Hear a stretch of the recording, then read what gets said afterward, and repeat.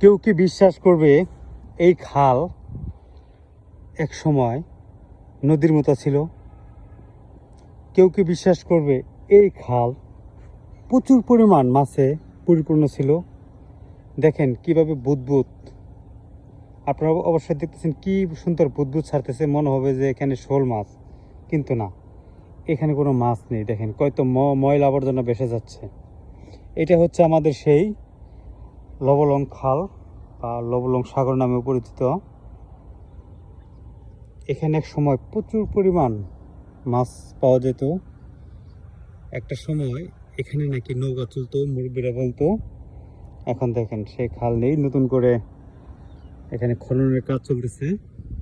তবে সবচেয়ে দুঃখের কথা হলো দেখেন পানি কত ময়লা, এখানে মাছ, ব্যাঙ, সাপ, পোকামাকড় কোনো কিছু নাই।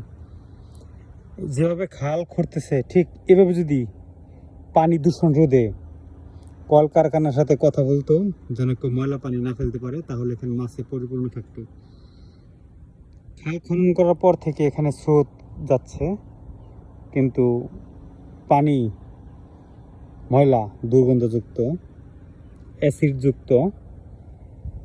দেখেন মনে হবে মাছ বুদবুদ ছাড়তেছে, কিন্তু একটা মাছও নাই। এই খালকে বাঁচাতে হবে, বিশেষ করে নোংরা জল থেকে। এই নোংরা জল আসে ফ্যাক্টরি থেকে, বিভিন্ন ফ্যাক্টরির অ্যাসিডযুক্ত পানি, ফ্যাক্টরির ওয়াশের পানি, ফ্যাক্টরির যে বাথরুম আছে, পায়খানা, সেটার লাইন সরাসরি এখানে দেয়া, যার কারণে এই খালটি এখন দুর্গন্ধযুক্ত। এই খালটি যদি ভালো হয়, পানি যদি ভালো হয় এই খনন করার পর, তাহলে এখানে প্রচুর পরিমাণ মাছ আসবে, এলাকার মানুষ মাছ খেতে পারবে। কিন্তু দুঃখের কথা হলো আমার মনে হয় না কোনো পদক্ষেপ নেওয়া হবে। এই খাল নিয়ে যত বাণিজ্য, এই খাল নিয়ে যত বাণিজ্য, এখানে খোঁড়া নিয়ে বাণিজ্য, এখানে পানি ফেলা নিয়ে বাণিজ্য আর কি। ফ্যাক্টরির পানি এখানে বিভিন্ন জনকে ঘুষ দিয়ে ফেলায়, বিভিন্ন ময়লা আবর্জনা এখানে ফেলে হলো ঘুষ দিয়ে, বিভিন্ন নেতা ফেতারা এখান থেকে টাকা খায়, তারপরে এখানে ফেলায়। দেখেন আমাদের এই পাথার শেষ, লবলঙ্গ খাল শেষ।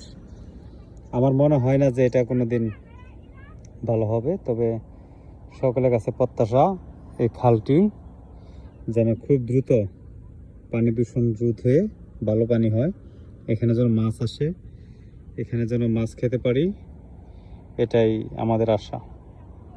সকলে ভালো থাকবেন। আসসালামু আলাইকুম।